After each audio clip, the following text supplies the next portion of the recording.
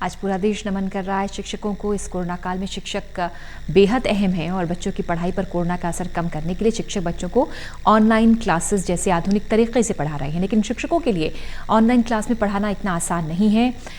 ये नया अनुभव शिक्षकों के लिए कैसा रहा और क्या चुनौतियाँ उनके सामने आई, ये जानने के लिए शिक्षक दिवस पर हमारे सहयोगी कुलदीप शर्मा ने शिक्षकों से बातचीत की। आज शिक्षक दिवस मना रहा है। वैसे तो टीचर्स के योगदान को कभी भुलाया नहीं जा सकता, लेकिन कोरोना काल में शिक्षकों ने जो भूमिका निभाई है वो बेहद अहम है। कोरोना काल की वजह से जहां तमाम चीज़ें रुक गई थी, वहीं बच्चों की शिक्षा नहीं रुक पाई और उसकी वजह थी टीचर्स की मेहनत। मेरे साथ बातचीत करने के लिए आज दक्षिण दिल्ली नगर निगम की कुछ टीचर्स हैं, प्रिंसिपल्स हैं, उनसे ही बातचीत करेंगे कि कोरोना के इस मुश्किल वक्त में उन्होंने शिक्षा के पहिए को किस तरीके से रुकने नहीं दिया और उसको कैसे जारी रखा। मेरे साथ इंदू जी है जो स्कूल की प्रिंसिपल है। इंदू जी, सबसे पहले तो ये बताइए, आपके ऊपर प्राइमरी बच्चों को पढ़ाने की जिम्मेदारी है, उनका फ्यूचर संवारने की जिम्मेदारी है।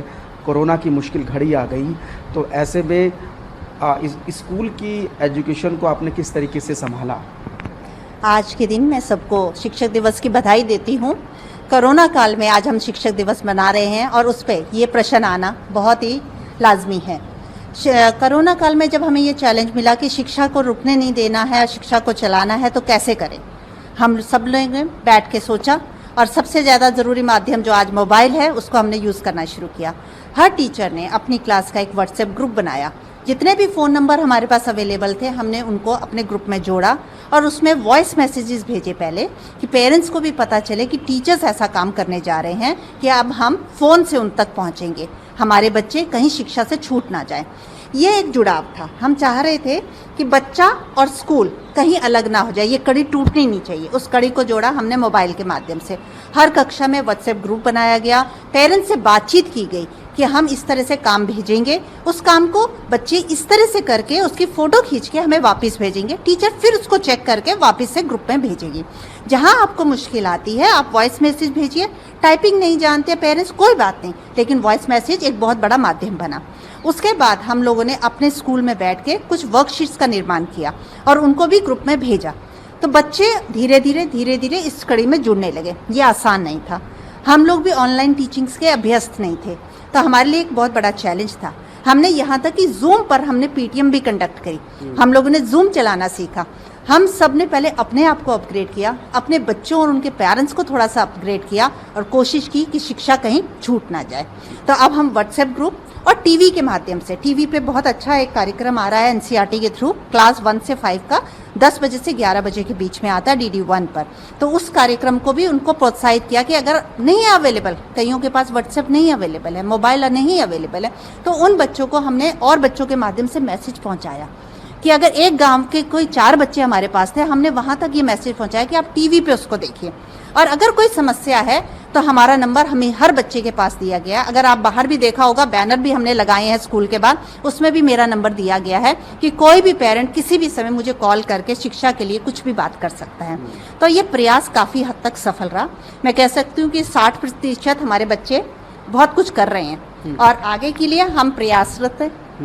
मैडम, आपका नाम जानना चाहेंगे और सीमा जी, किस क्लास के बच्चों को आप पढ़ाते रहे हैं कोरोना काल से पहले? कोरोना काल से पहले मेरे पास फर्स्ट क्लास थी और अब मेरे पास सेकंड क्लास है, अपग्रेड हो चुकी है। छोटे बच्चों को पढ़ाने की जिम्मेदारी आपके पास थी, तो ऐसे में इन बच्चों के साथ किस तरीके से तालमेल आपने बैठाया?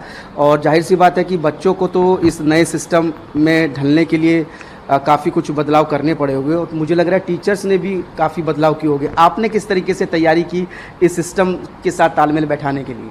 देखिए, टीचर्स के लिए एक बहुत बड़ा बिग चेंज रहा। ट्रेडिशनल टीचिंग से हटकर वर्चुअल टीचिंग की तरफ हम लोग गए।